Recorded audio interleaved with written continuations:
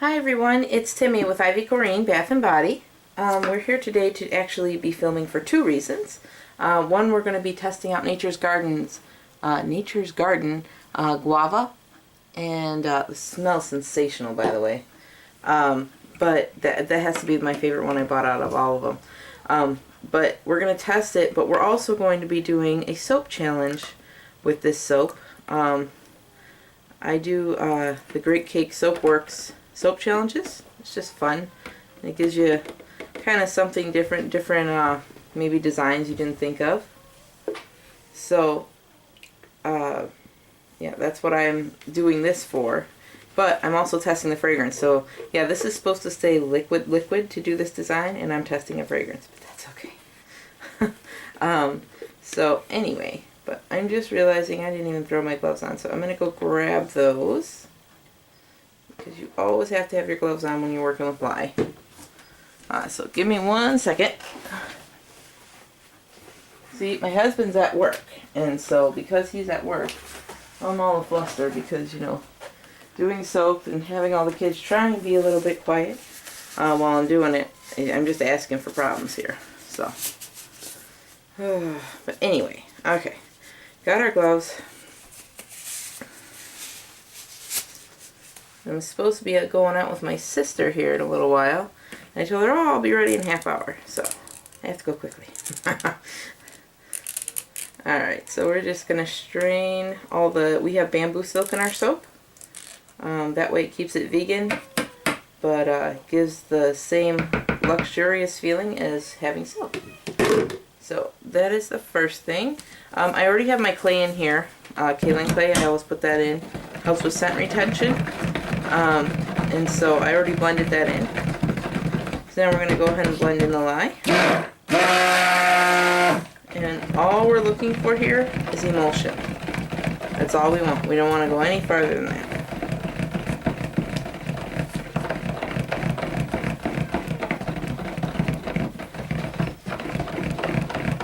Because it's supposed to stay ultra liquidy to do this design. This design is called the Taiwan Swirl.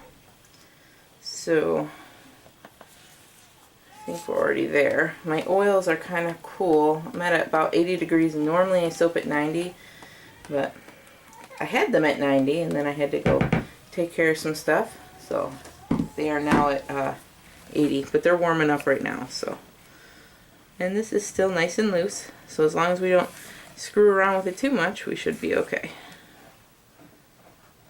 Oh, you know what? I'm going to add my fragrance in. Forgot to do that. Now this fragrance, I read there was a couple reviews on there, I think like 3 or 4, and they all said that it did not do anything evil to myself. So hopefully we will not get any acceleration. Well, here goes. But it does, it smells stinking sensational. This has got to be one. It's almost like a really fruity bubble gum kind of. It's got a kind of almost candy-ish scent to it, but it's so fruity. But it's just very sweet, and that's why I say candy-ish. But I wouldn't call it a candy or a bubble gum. That's just a note that hit my nose. But it smells awesome.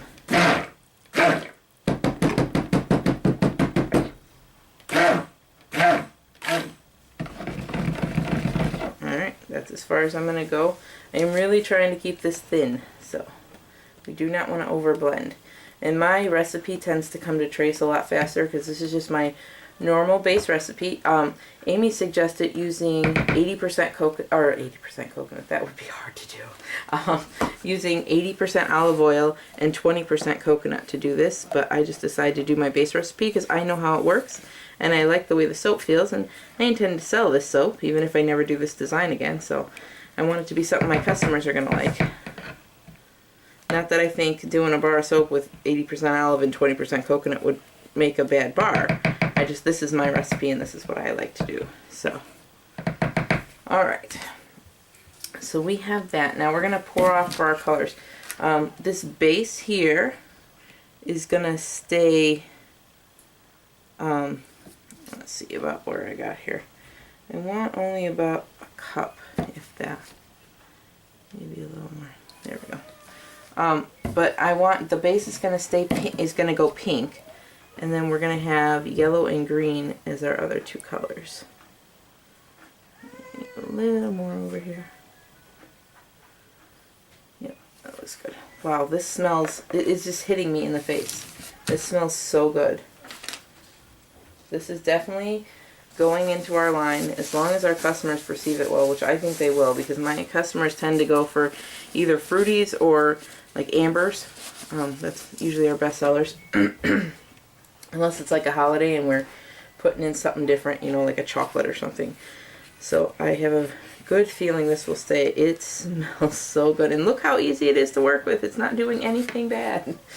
So this is our pink. And now I just want a light pink, but this is a mica. So I'm going to do it a little bit at a time and just mix it in, because micas will fade. So I want to make sure I'm not going to fade. But I also don't want super dark pink. So this is giving me like almost a burnt pink color. So I am going to pump that up just a little bit. I made way too much colorant because I wanted to make sure I didn't have to run off and mix more. Because like I said, you got to keep this really loose. And my soap will get thick all on its own without any help from a fragrance oil or anything. So a little bit more. Okay, that's probably good. See, the thing is with this soap is we have to cut it weird too. So I'm actually glad to be doing a sample batch, because I'm terrible with cutting as far as like just cutting with a knife. So, but that's how these will have to be cut in order to see the design. So I want to make sure, oh, that's pretty. I'm going to go a little more because I like that color and that's what I want it to stay. So with micas, they do tend to fade as they sponify. So if you want a darker or if you want the color, you usually have to go darker than what you actually have. So, but I love this. This is nice. And then I will do a lighter shade of the green and the yellow. So, although the yellow will be darker per se, because I don't want to have a yellow that completely fades out and you can't see it. Start with that. And this is a mix of a couple micas. All these micas are from the conservatory.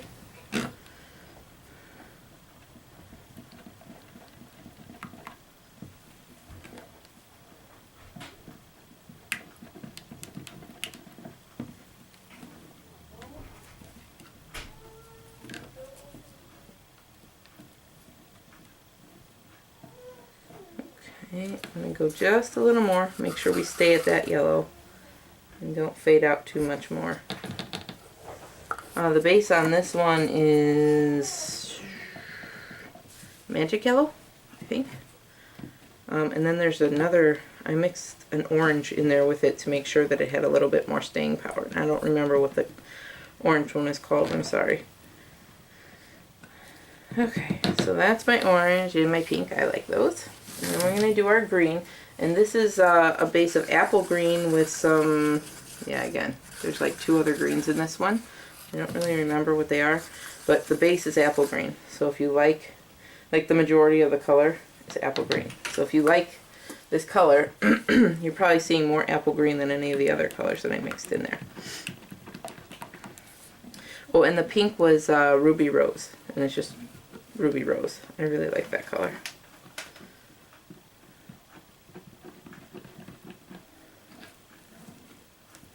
I'm going to go a little darker on this just to make sure we don't lose our color.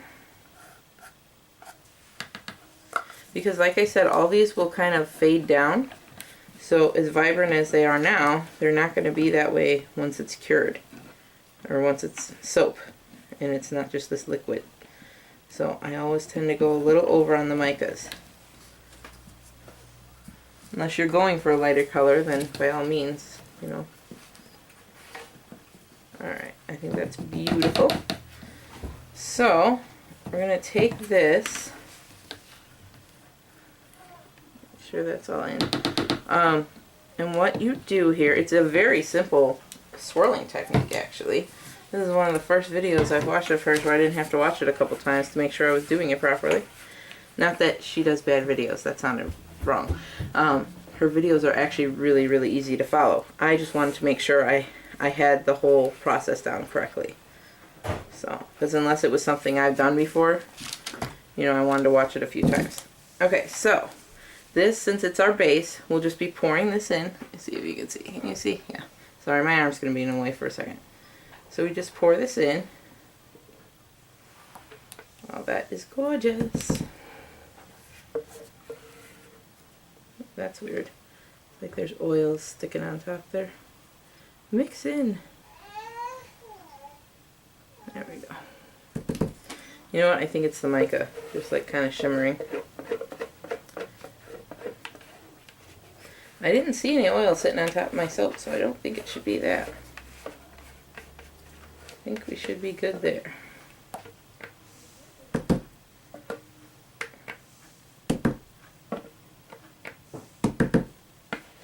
I was actually going to do this kind of backwards and do a yellow soap. Well, actually what I wanted to do was a white soap with a yellow, green, and a pink stripe down it. But then, you know, the more I look at different designs of this, it seems to be better when you have a darker color in there so that the other two swirled parts can be kind of highlighted. So that's why I went with this darker pink, because I want to make sure we can definitely get a nice dark contrasting color in there. And then the way you do this is you're supposed to do both at the same time, and I'm still debating if I want to do that because I really stink at that. So I think what we'll do, okay, yeah, I can't decide if I want to do both. I'm so bad at that. Okay, I'm gonna pour. See, this is why I don't go.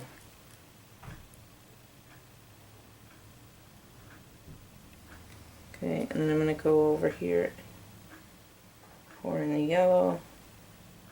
You kind of want to pour from high up so it makes sure it penetrates through.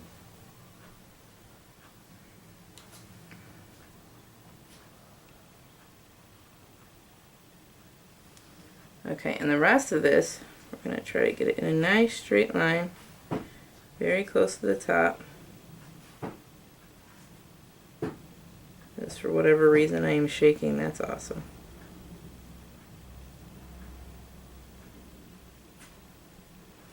Seriously, what is up with me? You know, I haven't eaten breakfast yet, and I am starving at the moment, so that's probably my problem. Alright, so there's a lot here, so I'm going to go ahead and let some of it sink down.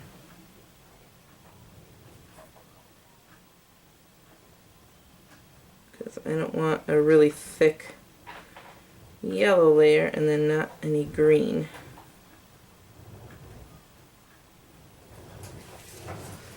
Alright, let's pull the, using my green one in my yellow.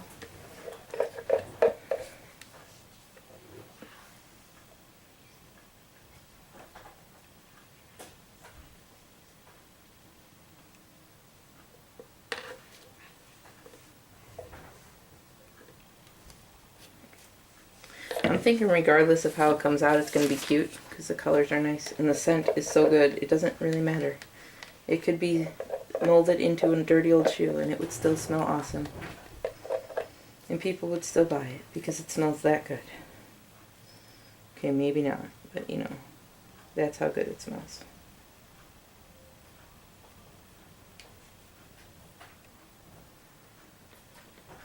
Okay, so that's it. That's your basic design here. Sorry for all the whispering. My children are trying to be quiet and they're failing miserably. Alright. Hey Holly, come here.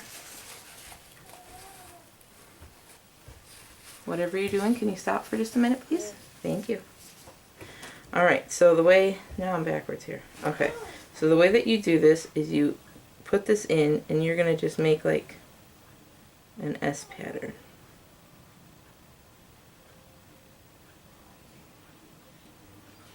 I think I probably should have put these a little closer together.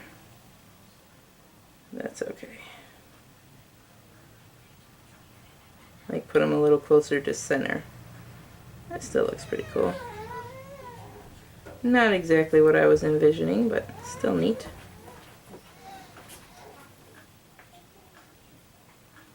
You getting her bottle? Yeah. Okay. So you just run it back and forth like this. Almost to the end, almost to the end. Okay, and then when you're here in the corner, you want to go this way.